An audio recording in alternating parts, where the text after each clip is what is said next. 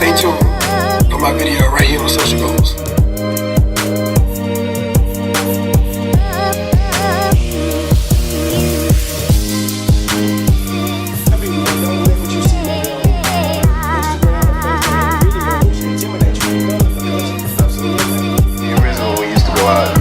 Say one thing before we start the show too. If you're not having a good time, if you're not having a good time, you're wasting your time. You say that every night.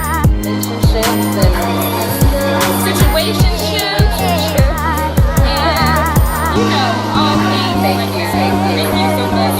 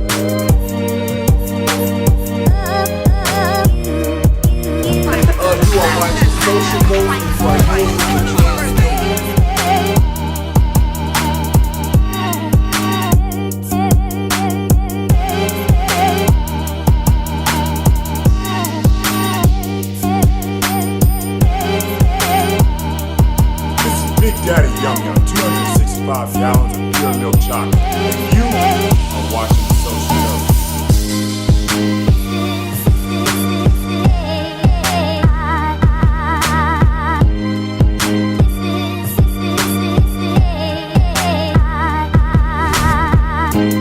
It's nice to know. There we go. Okay. You say something went wrong.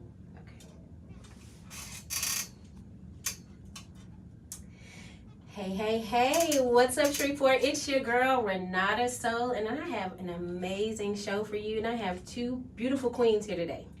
Y'all want to know who they are? I'm so glad you asked. We have Miss Karla and Miss Sharde, and we're here to talk about mental health. Welcome, ladies. Thank you for having us. Absolutely. How you doing? Real good. Okay. So listen, May is the month of mental health. And I'm so glad you guys are here, so we need to talk about it. I have stories of mental health that I would like to share with you ladies, and I need to get my mind together. Right. So what can you offer for me? Because I'm a little cray-cray. Well, we're gonna hit on some heavy hitters today. We're gonna address the elephants that are In the room. Okay. Mm-hmm. Okay. So what brings you in here today, Miss Karla? So I have a strong background in firsthand seeing what mental illness can do to families, can do to patients. As a mental health care provider and a nurse practitioner with 21 years of experience, Oh, wow. I have seen my share of what mental illness can do on a personal level as well as a professional level, and if we're being real, especially in the Black community. So it's something that needs to be discussed. It's something that no longer needs to be swept under the rug.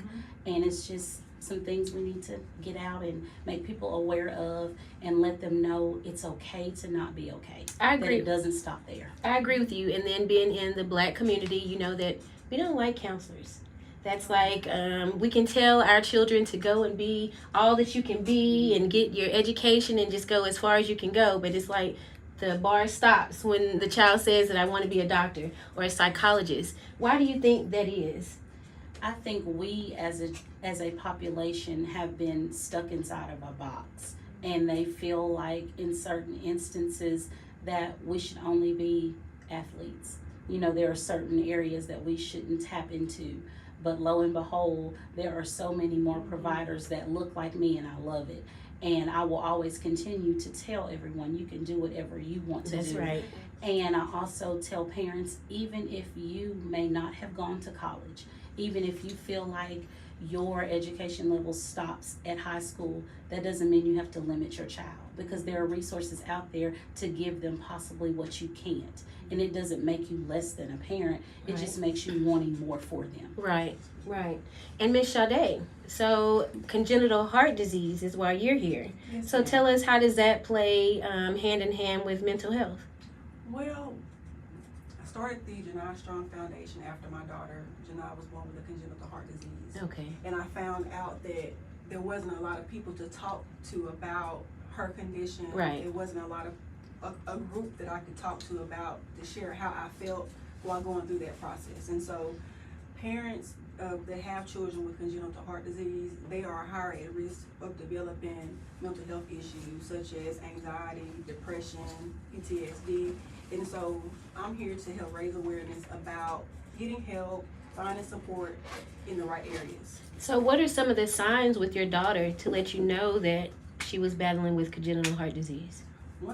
Two of the symptoms that she showed me is she was breathing really heavy and she was sweating, which was a sign of congestive heart failure. And so that's when we ended up talking to our pediatrician. The next thing you know, she had to be flown to New Orleans, where she had open heart surgery, and they repaired her coarctation.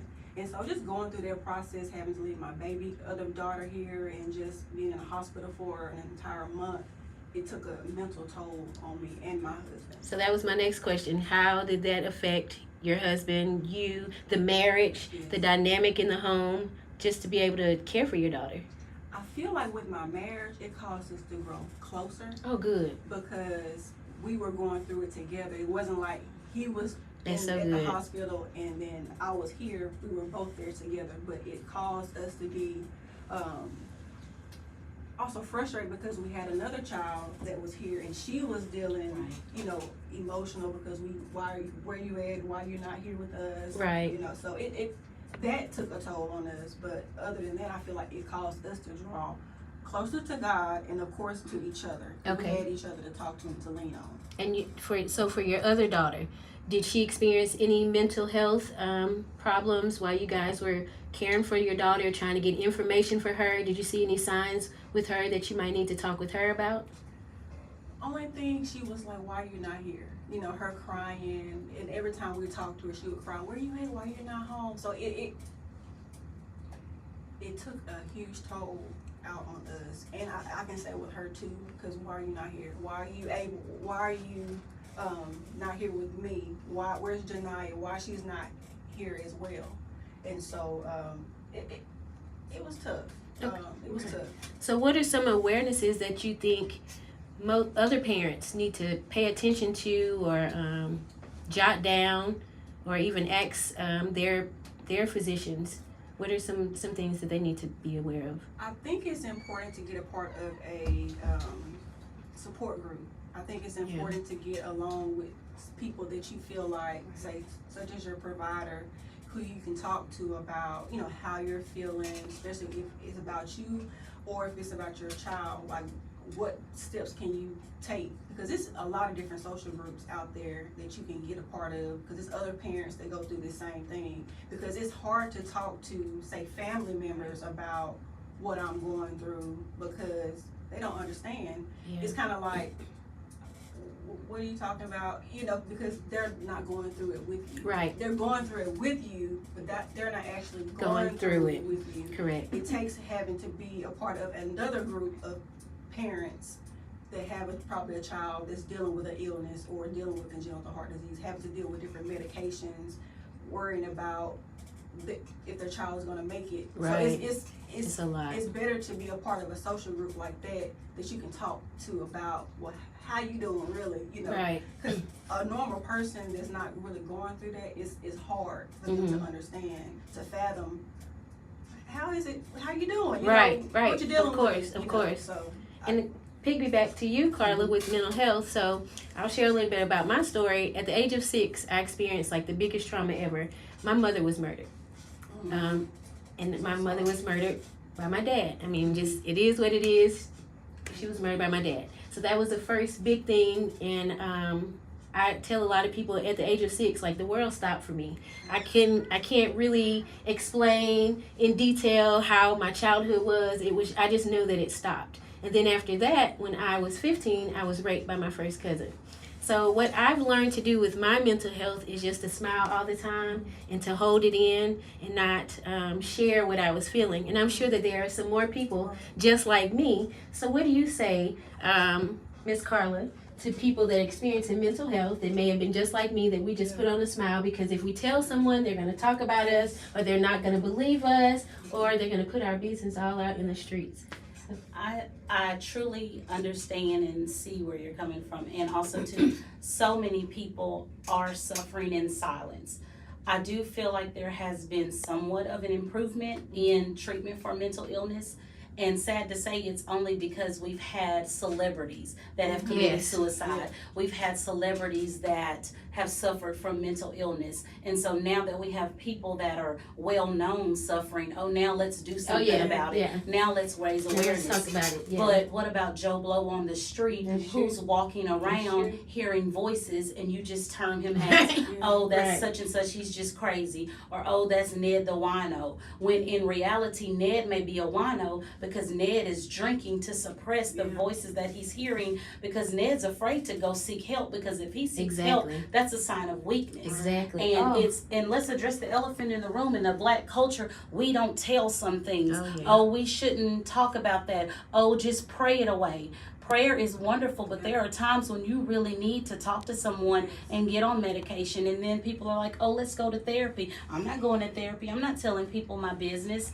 But it's okay to not be okay. Just don't stay there. And therapy is something that we need to start doing more of. And so I tell people that feel like they are suffering in silence, you don't have to suffer in silence anymore. There are resources out there. There are things that you can do, and your voice most definitely needs to be heard. It's no more of hiding what happened to you. And we can also address things that people don't want to talk about, that church hurt, from things where you thought you were sending your child to, be taken care of, and the church is the hospital for the sick, and things happen, but we didn't want to taint that family name or taint that church. No, we need to address those things, accept it, ask for apologies, make it known that it did happen, but every church that's in his name is not a bad church. Every family that has some hidden secrets, we got to take those skeletons out of the closet and deal with those traumas, because you have people that can't even love and can't find love because they're hiding what really happened to them,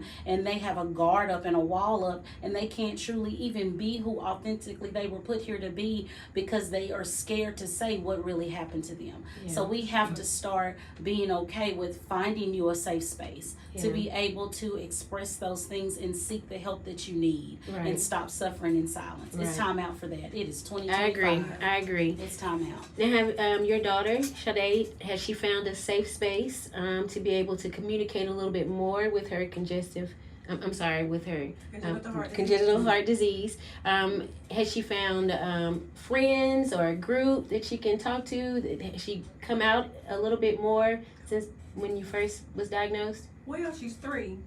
Okay, so 3. Okay.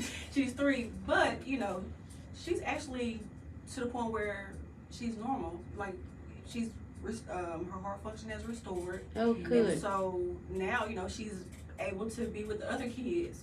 As opposed to, for a long time we had to shelter her where we didn't really go out. We more so stayed at the house. We were scared to give her COVID or just get any kind of sickness or any kind of illness.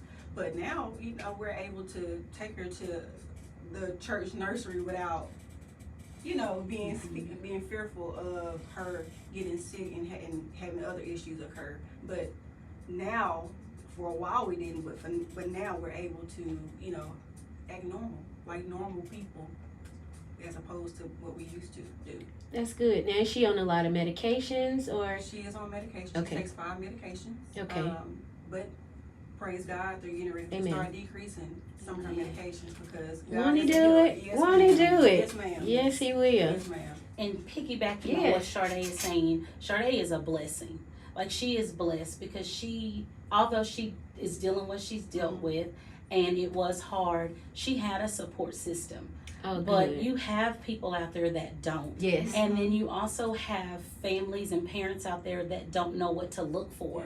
So if your child suffers, and we could talk about not just congenital heart disease, but parents that are dealing with children that may be a diabetic, because that's debilitating, high blood pressure, you know, in cancer. So it's making sure that you know and paying attention to your children, because again, we live in a society where I remember when I was growing up, bullying happened at school. You got bullied at school, but then you could kind of come home and have a safe space. Now kids don't have a safe space. They're bullied on social media. Kids are making TikToks, memes, and videos. So you have to realize kids today are faced with more stressors that cause them to be at risk to commit suicide or have suicidal thoughts than our generation. So I encourage parents, even with your children, if they don't even suffer from some kind of illness or disease, to just pay attention to them, pay attention to their behavior, changes in their behavior, starting to not be as open and honest with you, or starting to pull away. And kids that were always outgoing and uplifting, if they're starting to, you notice they're in their room more, sleeping more, not sleeping at all, eating more, not eating at all, noticing those subtle changes. And I have a lot of parents that are like, oh, I want to put trust in my children and I don't invade their privacy. They don't have privacy if they're under 18. I know that's so right. get their phones, look at their phones, check their social media, see what they're not only being exposed to, but what they're posting as well. Because I remember a time when I had a little girl, and I was, well, she wasn't a little girl, but I was following her on social media, and I just noticed that her posts seemed a little bit more dark than others. And I reached out to a family member, and of course they got defensive in the beginning, and that's understandable, because nobody wants to admit their child has an issue. You know, we're this proper family. We are a 2-parent household. We do this, we do that, and nobody wants to ever say somebody's suffering from something, because it makes it look like they're not perfect. But it's okay to be imperfect. So once they really accepted the fact that was something going on, they were able to get her help. But then you don't always have that. So I tell parents to be advocates for your children's friends, and see your children's surroundings and see what those children are doing, because we're not only responsible for ourselves, we're responsible for those children as well. God commanded us to be. So we need to step up, and it does take a village, and we've gotten away from that. Sometimes you're afraid to approach parents because they're ready to chop your head off for disciplining their children. But I remember the village that raised me, and I am thankful that I had it. And we need to get back to being okay with people correcting our children out of love. Now, you do have people that correct children, it's not, but we need to be open to allowing the village to help us again, because there's so much that we're suffering from and going through, and we just have to break that cycle. So what are signs that you think that we as parents, or not even parents, the caregivers, should start paying attention to with our kids? It's just almost like that isolation. It's just, if you pay attention to your kids, you'll just know.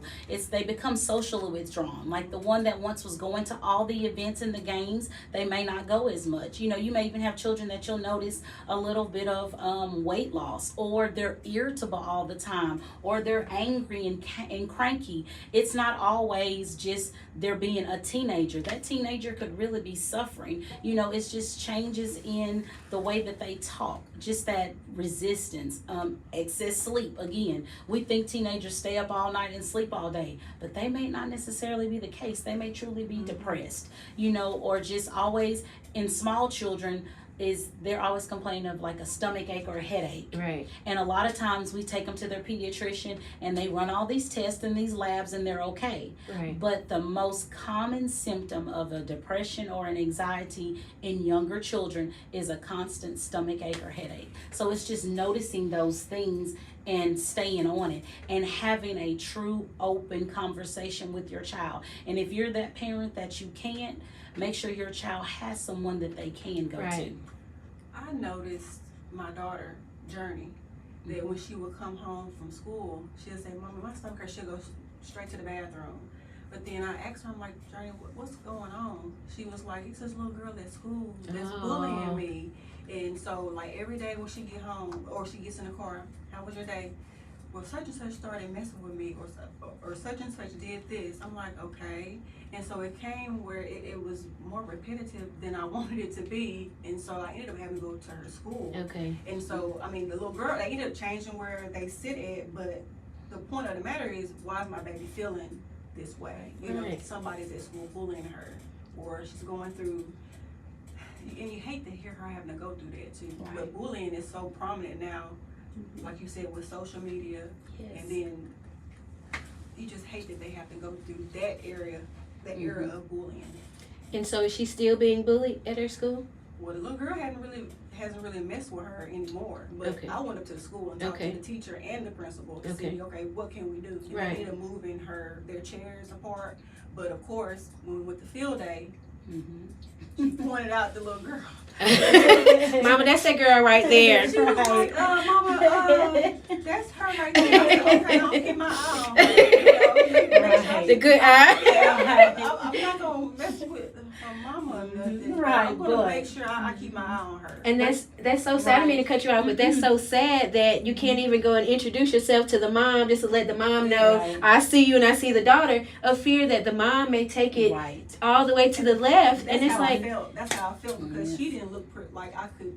when she approachable, right? Yeah. When So- it's a conversation that needs to be had, y'all. Yeah. It's just a conversation. And we need to be advocates, whether it's in our children at schools, whether it's advocating for your health. I am a healthcare provider. I'm a primary care and a psychiatric nurse practitioner. And I tell my patients all the time, I tell my family, I tell my friends, advocate for yourself. And if your doctor doesn't give you the answer that you feel you need, you have a right to either demand that they do something different, or you have a right to go see someone else. Say that again for the people in the back, because you know they say that one But more time. seriously, because you have to advocate for yourself. Time and time again, I've seen so many people go misdiagnosed because they just settled. Yes. We no longer have to live in a season where we settle, and that means settling with your primary care provider. Right. That means settling with your friends, settling with your Right. family, In a relationship, everything. We are in a season of not settling, saying no, setting up boundaries, Right. and taking care of ourselves. Self-care is a form of mental health. Right. And I know we're talking about,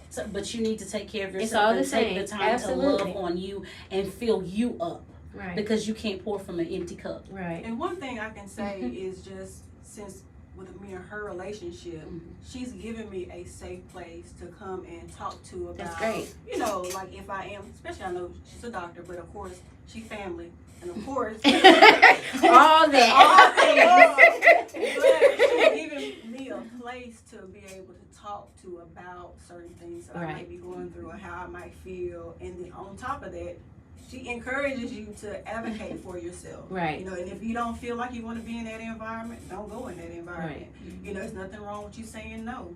You're not going to get in trouble for saying no. You know, be honest with how you're feeling. And Right. so that's one thing that it's good to have people that you can Yes. depend on and that Accountability partners, right. partners, but also feel comfortable with sharing, okay, this is how I'm feeling today. Right.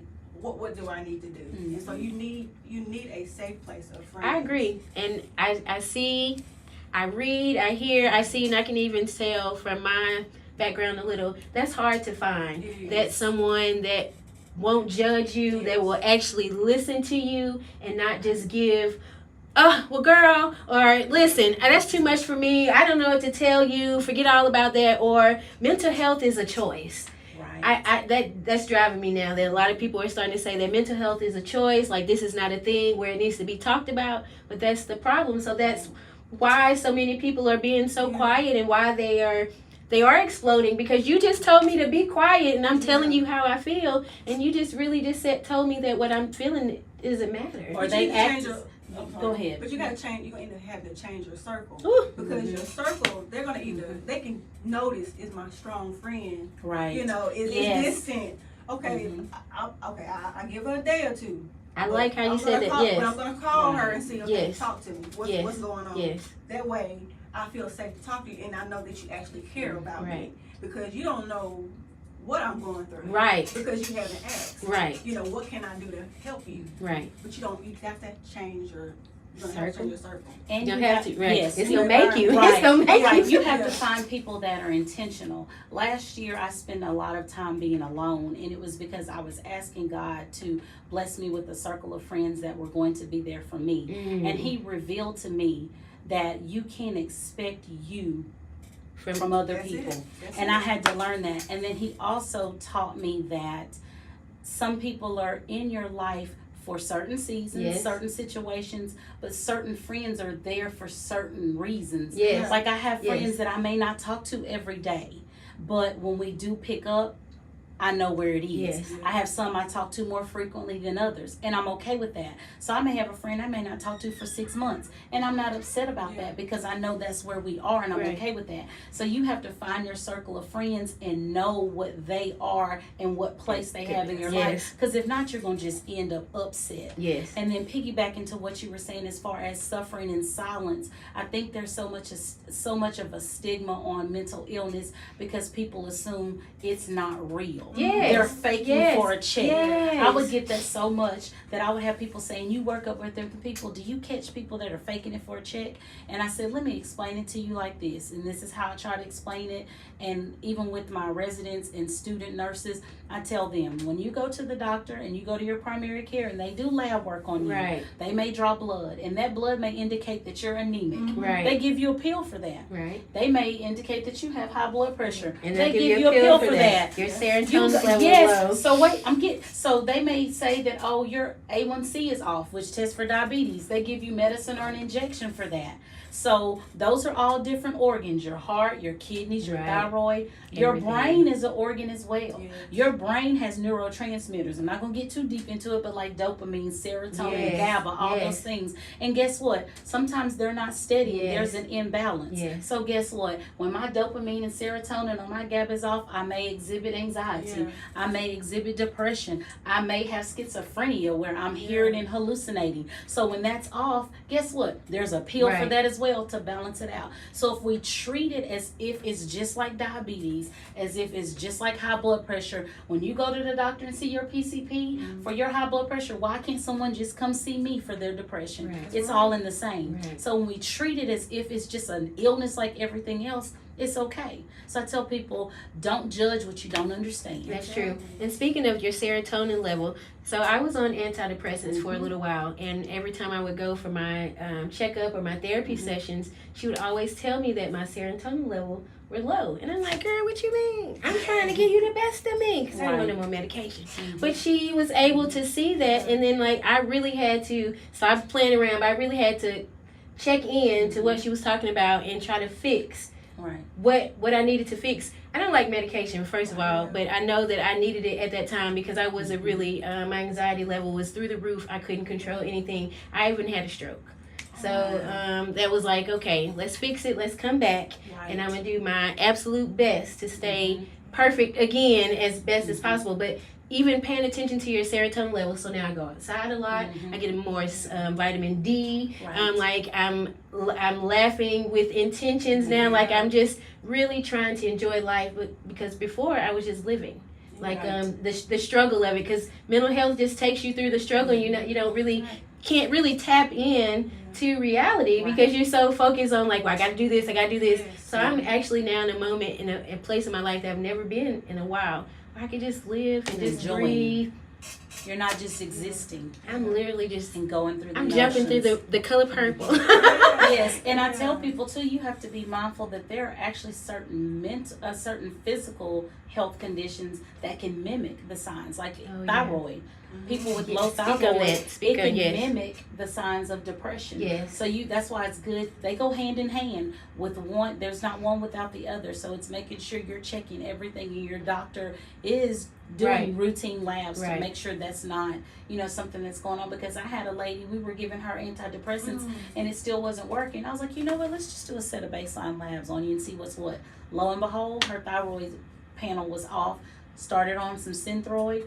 She's no longer on antidepressants and she feels better. Yeah. So you just have to be mindful and know, and again, I can't say this enough, advocate for yourself. Yes. And realize that it is okay. It's okay to seek help. It's okay to go to therapy. It's okay to talk to Yes. someone. Yes. It's okay to say this happened to me and it wasn't Yes. right, and be Yes. okay with it. Yes. Call those people Yes. out that Yes. did those Yes. things to you Yes. and address it, because like I said, we're no longer in a season of suffering in silence. It's just we can't. It's just we have too much at stake. That's so true. That is so true. Now I want to get back to you and your marriage, because we don't stay married. This is divorce conversation right here. Mental health and Right. all these things. So I know you say it brought you guys closer, but how did your husband feel about it? How did he share some things with you? Like he may have felt sad or felt like some of this was on him. How did? Oh, absolutely. We had those type of conversations. He would say, tell me how he's feeling. And I feel like it was important for us both to be able to share how I'm feeling and how you're feeling, because yes, I'm here primarily taking care of our baby. Right. And one of the things they had is mainly when she was released from the hospital, we were in a state of fear, because they would say, gotta make sure she doesn't give her the wrong amount of medication. If you give her the wrong amount of medication, it can cause other issues. Right. We had to have 911 on speed dial. It was just a state of fear. Yeah. And so, though I was at home taking care of her primarily, and it took a toll on me, it was taking a toll on him too. Right, He was out working. He's worried about, of course, you okay? Because I don't want to lose my wife. You all right? And so he was able to check in and see how you doing. I was able to check in with him. How you doing? Right. And so I feel like that is what helped us. It helped us grow closer to each other as well as God, because when you don't have anybody else to lean on, and like you went back to saying, yeah, you can pray about it, but who are you leaning on, and who are you? Do you have a safe place to talk about, and check in with? Right. Okay, it might be a day where I might call Karla and say, sis, I ain't doing well today. Right. I need to talk, but she's not going to be quick to get me off the phone. She's going to sit there and listen. So it was important for us to listen to each other and see how you feeling, right? Because it took a huge toll on us. Because Right. I know with me, it made me feel like, well, what did I do as a mother? Like, what did I not do? Like, even on the way down there, I'm like, God, what did I do wrong? Did I not eat right? Did I not sleep enough? Was I working too much? It had me kind of like the blame game. Like, what did I do? But I can honestly say, sometimes God will take you through a season for Him to actually elevate you and for you to draw closer, because it's Him that's going to take you out, for Him to be able to get the glory. Not me, but for Him to be able to get the glory. But I can say it brought us closer with our faith. It brought us closer just to be able to talk more about how are you feeling. Right. Because that's important. That's so important. Absolutely. Have you guys started any groups to educate other parents, or does your husband talk about it to any of his friends or church members? Well, I'll be honest with Be you. honest, sis. Be honest. God really put on my heart to start a support group to be able to have other mothers, other parents that go through the same thing. And so I'm just trying to figure out, time, place, so I can start that, because I feel like it's so needed. Absolutely. It's so needed, because dealing with a child that has congenital heart disease, they have you in a place where it's so much fear. You're scared that all the time, and so it had me where I would be sleeping right beside her. I'm watching her. If I don't see her move, I'm like, making sure I feel her breath on my face. So it had us in a place of fear. So I feel like it's other people that's going through that same thing, and that's the reason why we did start the Janiyah Strong Foundation, to be able to raise awareness for congenital heart disease in small babies, because I did feel like it wasn't a lot of information in the doctor's offices, in which it wasn't. I went to the doctor's office, there was nothing in there about congenital heart disease. Now, they did have your blood pressure readings and things like that, but they didn't have anything about congenital heart disease or the symptoms, the signs and symptoms, where turning blue of the fingertips, the toes, not eating well, sweating. Just, they didn't have that type of thing. So that's where I feel like we're trying to stand in the gap to be able to raise awareness for those, and then to help other families, because not everybody, like me and Karla was talking about earlier, are able to stay at the hospital with their children the entire time. Right. I was like, I ain't leaving this hospital without my baby. Right. You got to prop me up. But God worked it out where we both could be able to stay there and be able to care for our child. And was it fight or flight? Yes. But God, so I feel like that's why I want to be able to help other people, because I know how it feels to go through something and you feel like you're by yourself. Because it was a long season of feeling like I was by myself, like I didn't have anybody to talk to. I'm scared I'm gonna lose my baby. I'm scared that, I'm not doing enough. give her the wrong milligram of medication. And so it's important to have people, like, they go through that, but other people in your corner that you feel like I can talk to them about this and I'm not going to get judged. So what was the talk with your daughter to prepare her in the event we have an incident or she may need to step in? What was that talk like? Well, we did do a CPR class at the house. And so I told her, we both told her, if you see your sister turning any other color, like if you see her turn blue, or if you see she's not breathing or anything, come get mommy or dad. But, and of course, you know, you're explaining to a 5-year-old, what to look for. And she's like, okay, mommy, you know, even though she might not necessarily understand, she's like, oh, okay, mommy, whatever you need me to do. But of course, when we had CPR class, she was standing right there, you know, because I wanted her to be able to see what was going on. We had it at the house. And so finding out about CPR and then, you know, just talking to her about the symptoms, like turning blue in the face, or if you see her doing anything, or you see her choking, or anything that you see that's not right, come get mommy or dad. So what signs would you recommend for other families to pay attention to that's completely green, just like you guys were at first, have no idea? So what are some of the signs, and what are some remedies that you could recommend for them to do once they pay attention to the signs? Signs and symptoms of congenital heart disease in small babies are if they're having difficulty feeding, not getting full. Matter of fact, they're turning blue of the fingers, of the toes, sweating. Janiyah, she sweat real bad, and we was in a car. Like sweat all over? Sweat all over. Okay. Like all over the body, breathing really heavy. Those were the symptoms that stuck out to me, because we were coming from my in-laws' house and the car was cold. And so when I got her out the car, she's sweating. So I knew something wasn't right. And so that's when we contacted our doctor, and then the rest is history. But if I wouldn't have paid attention to those things, I'm thinking, oh, she just probably hot. She's in this car seat. I could have lost my baby. So I just feel like that's why it's so important for us to get information in the doctor's office is about congenital heart disease, because it can come up. It might look like the baby is just irritable, but they're irritable because they're having issues with their heart. You know, but on my end, when my baby was irritable, it looked like she was just hungry. So I'm just gonna give her. So it looks like normal symptoms. Yeah. So you being with mental health, what do you recommend for Miss Sharde or other families to pay attention to or to be aware of with stressors, with things going on in the family? What do you think they should do about that? How to handle that?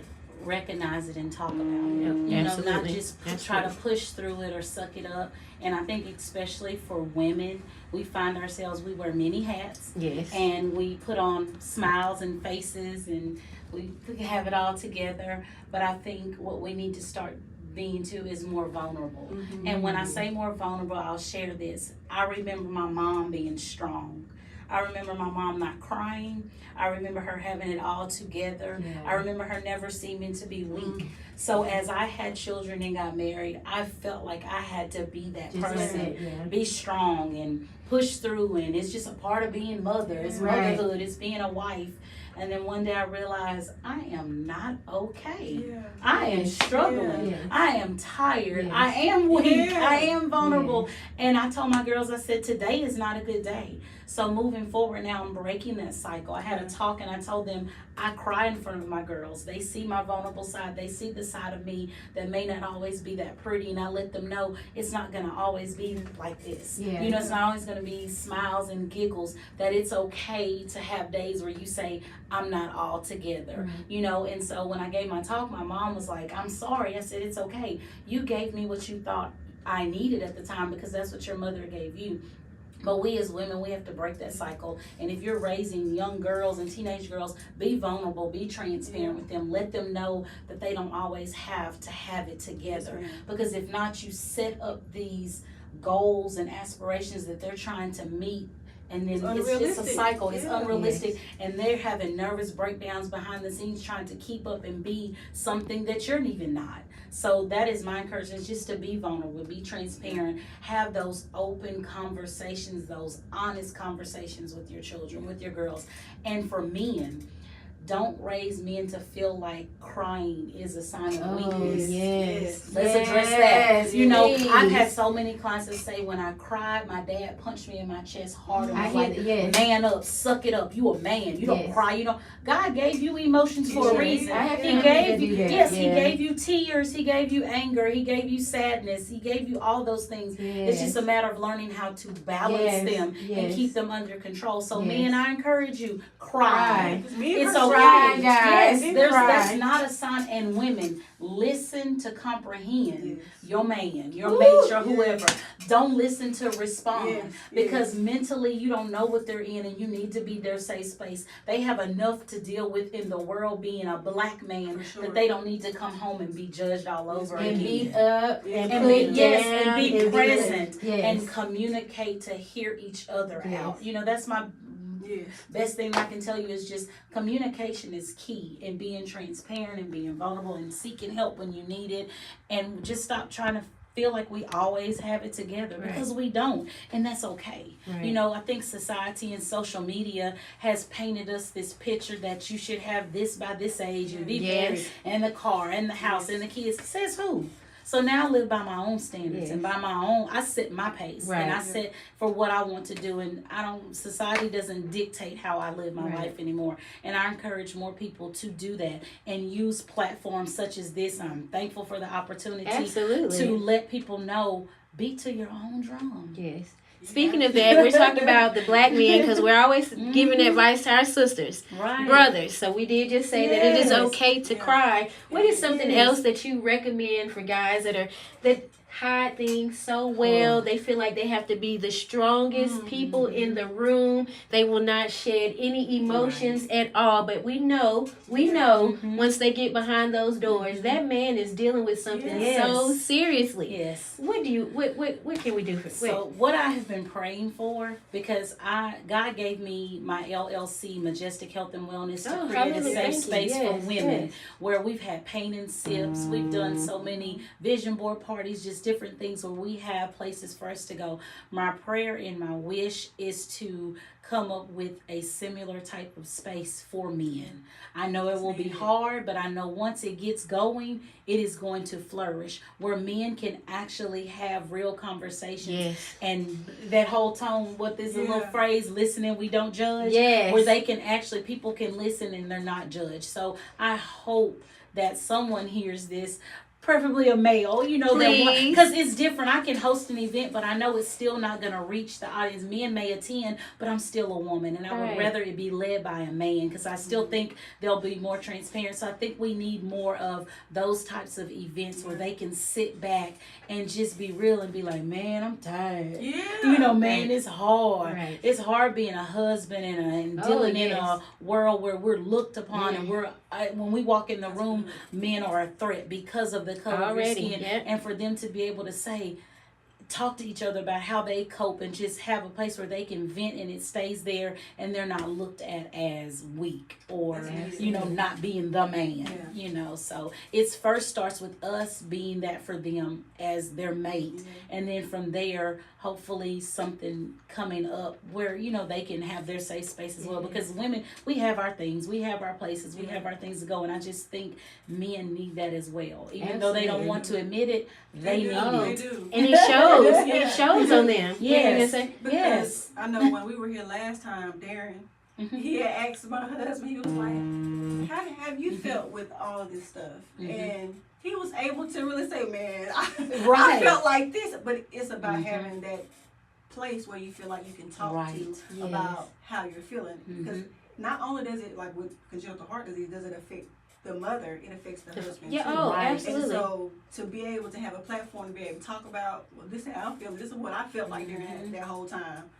It's important. They need that too. I think that's gonna be great. Right, and that took courage for him to admit that without, and he didn't even worry about the, you know, the repercussions that he would get from it. And so that is huge, and I just pray that we have more spaces like that where men can be vulnerable and know that, dude, it's okay. It's okay. It is You know, okay. Come here, y'all. yes, Come on, yes. bring it in. Bring And- It's okay and- to cry. Right. It's okay to feel everything that you feel. Like Yes. true mentorship programs, even with that goes as far as reaching out to our young boys.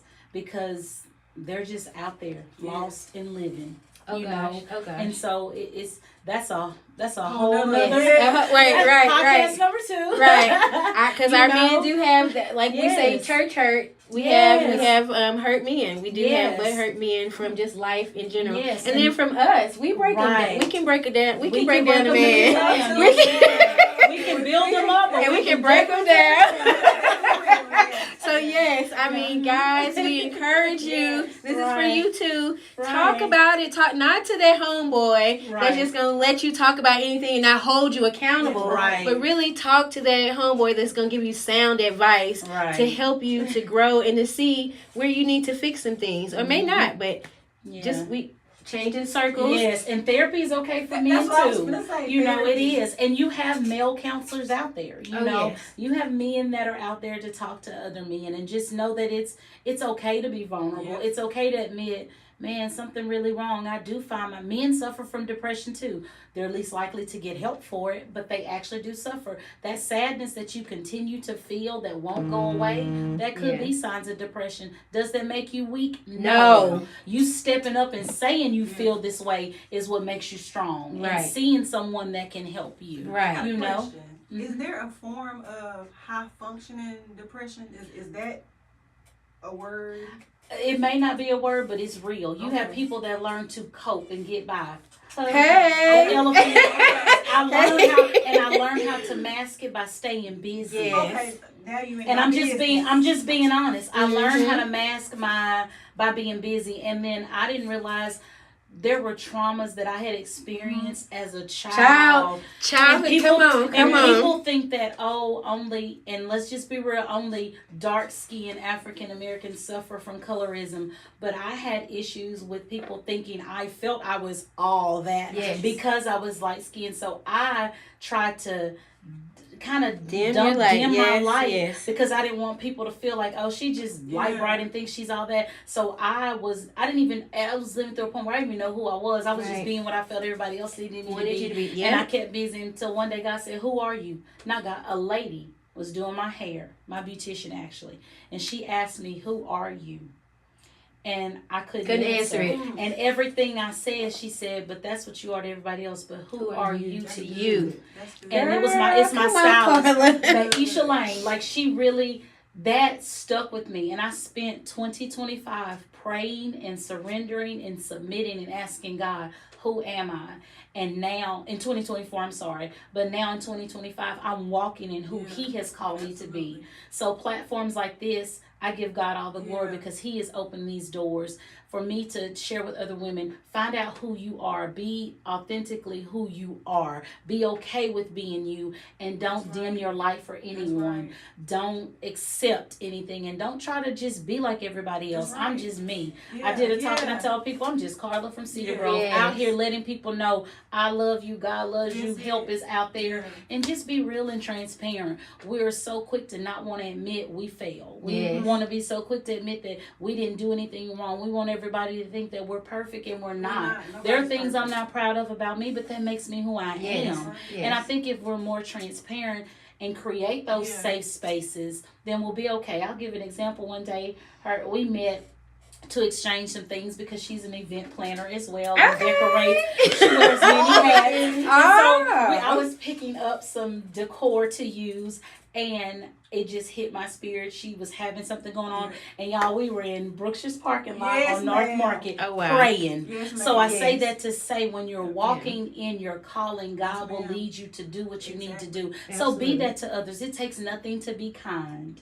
It takes nothing to be kind. It takes nothing to smile. You'd be surprised. Someone may be contemplating suicide right there in Target in a checkout line, and your simple smile will give them the gumption to move on, or the strength to move on, or to even seek help. So it takes nothing to be kind. It takes nothing to smile. Be that safe space for someone else. Be what you needed at the time to others. And God blessed me with women who helped me during a horrible period in my life, but now I feel like I know it's my mission to be that to others. And I just encourage other women, it's enough room for all of us to eat. It's enough room for all of us to grow. So we got to come together and not be in competition, but I'm gonna Yes. pull you along the way. Yeah. When I fall back, baby, you fall back and borrow my strength while you're struggling. Right. You know, Yeah. borrow my love, borrow my everything until you get where you need to be. Right. And I think as a culture, we have to get back to that. I agree. In 2023, I hit the roughest patch in my life. Like, it was a very dark moment. I was going through a divorce. I actually been in 3 states in 3 years, did the stroke, and like just trying to figure out who am I, because I was so much for everybody, masking how I felt. Yes. I could smile big and I could like make y'all feel good, and you would not know that I was just contemplating suicide. And Yes. I'm great to do that. But it hit me so hard in 2023 that I had to start dealing with that. Now, I wished, and I did say this to God, I was like, oh, I feel it coming. I feel it's about to be a storm. You shifting some things for me. And I didn't want it to come because I knew that I was not going to have any friends, a safe space, anybody to help me. And I kept saying, I was like, God, you know how you got me set up. I don't have nobody. So like, where are you taking me? And he completely said, just trust it, follow it. And I still didn't get that full support, but I got people along the way. Right. So I'm still grateful for that. Even what you're saying, like, it takes a village. It does. I mean, like I said, I don't have that full, but it was people along the way, and they still reach out from time to time. It's like, hey, I'm just checking on you, or they'll drop you in on social media, or I'll get something in the mail just to let me know that I'm not in this alone. So that does play a big part in healing. And then too, my triggers, I was finding out that I was being triggered by things from my childhood. Like, that's another topic too, though. But childhood things that, like, okay, so we're grown. It's like, well, I'm just trying to heal from this divorce or losing this job or something happened with my kids. Let's not even, we forgot about how we were treated younger. Yeah. Right. We may have been raped or mishandled or abused mentally or whatever, and it just was coming up. It was coming up so bad to where I'm like, golly, I got a bad attitude. I'm like checking myself, like, what is wrong with me? But I had to go to counseling just to learn that you're still healing from childhood traumas that we don't even talk about. Talk about it. Living up to other people's expectations. That we don't talk and about. I was dealing with that, trying to be what I felt everybody else wanted me to be instead of what I wanted to do. And it played a part on my mental health. Yes. And I don't think people realize that living and trying to keep up takes a toll on your mental health, and then your mental health suffers, and then as a result of that, your physical health suffers.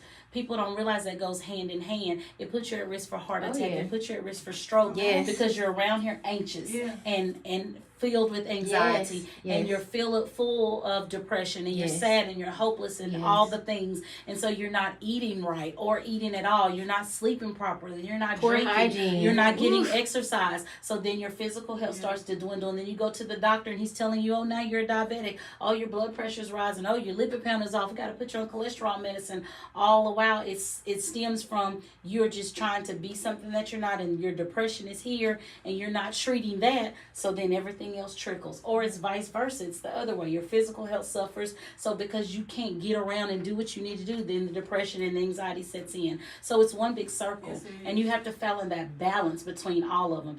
Getting your emotional health in check and not always acting on emotion, because that increases everything, which increases your blood pressure, increases your heart rate, and leads to putting you at risk for heart attack. Women suffer from heart attacks all the time, sometimes more than men. You know, so it's just realizing all of that stuff plays a part. And yes, I'm a Christian. I love the Lord, so your spiritual health plays a part. So if you spiritually dead, then that affects your mental and physical health, because who are you going to go to? Yes, I believe in medicine, but I also believe in him, so I mix medicine and ministry in my practice. Yes, indeed. You know, so you have to just realize all of that stuff matters, and you have to make sure you are balanced. And sometimes that does take some medication, sometimes not. You know, sometimes it may changing your diet, exercising more, changing your circle. Yes. All those things, finding you somewhere where you can just be filled. Right. So I think you should just look at all aspects. And I want to hit on something else that really started to help with my mental health that I didn't realize I needed was journaling.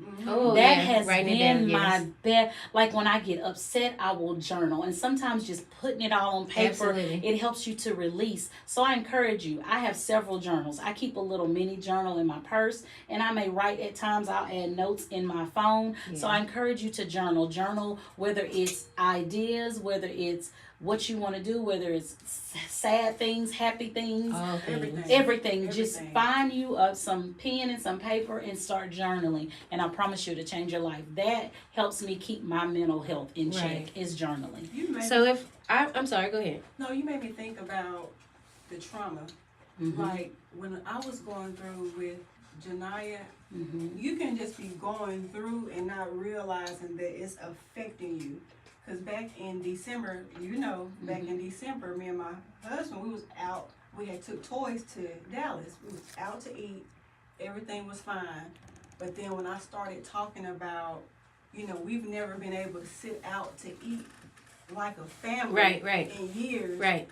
It felt good. But just talking about that, it caused me to have chest pains, which ended up having to go to urgent care. Urgent care, they ended up taking me to the Baylor, where they ended up doing a lot of different tests. But trauma, and anxiety will cause you to think you okay until you start talking about it, and you start feeling certain things with your body. So it's important to pay attention to your body, and to also talk to a therapist. Release. I agree. Release This it. was great talking to y'all. So before we go, where can we find you? Can we pull up at your office? Can we call you? How can we get in touch with you ladies? So I am Karla Renee on Facebook, and then my LLC is also Majestic Health and Wellness, and I'm always posting affirmations and different resources. You can find me at many community events, speaking and talking and engaging. And then I also work at Shreveport Behavioral Health, 1310 North Hearn, and we do see patients for mental health as well as addiction. Now, I will say that our my office is set up where we see some of your more severe cases. So in the event that you do come and seek services and you may not necessarily qualify for the services that we provide, we definitely have reputable resources that we can refer you out to. But yes, I'm always there to offer a listening ear, doing some mentoring, life coaching, all the things. Just really creating a safe space where women can be like, this is what's going on. What can we do? We can pray, we can laugh, we can talk, we can cry, we can do all the things, but just real offering that safe space. Thank you. And for yourself, Ms. Sharde? Oh, you can follow the Janiyah Strong Foundation on Facebook and on Instagram. Okay. Well, thank you, ladies, so much for being here. I'm going to make you an appointment. Come see me, girl. Get my mind right. I tell myself all the time, you can't pour from an empty cup, sis. There you go. So keep your cup full and everybody else gets the overflow. Any shout outs? Any shout outs you want to give? Look, I'm going to shout out Miss Karla Renee. Thank you so much for just when I reached out to you, you was willing to come. So I'm thankful that you were able to come and be on this platform with me. All right. And Mr. Darren and Social Yes, Goats. Social Yes. Goats. Woo! Yes. Yes. For giving us the opportunity to spread awareness on a much needed topic and just letting people know it's time out for suffering in silence. So yes, shout out to Social Goats. Go like, follow, and all the things. And shout out to you for being the hostess with the most to say. Yes. And I appreciate your transparency because we live in an atmosphere and an environment where people feel like they don't want you to know their past because you'll be judged. But you sharing your story may encourage someone to step up and share theirs as well. That's the plan. So I say reach one, teach one. And so I appreciate your transparency and your energy. You are a whole vibe, girl. And of course, to my cousin, sister, friend, business partner, all of the things. Thank you for the opportunity. I love you, and you know we in this to win this till the wheels fall off. Absolutely. Let's break the stigma.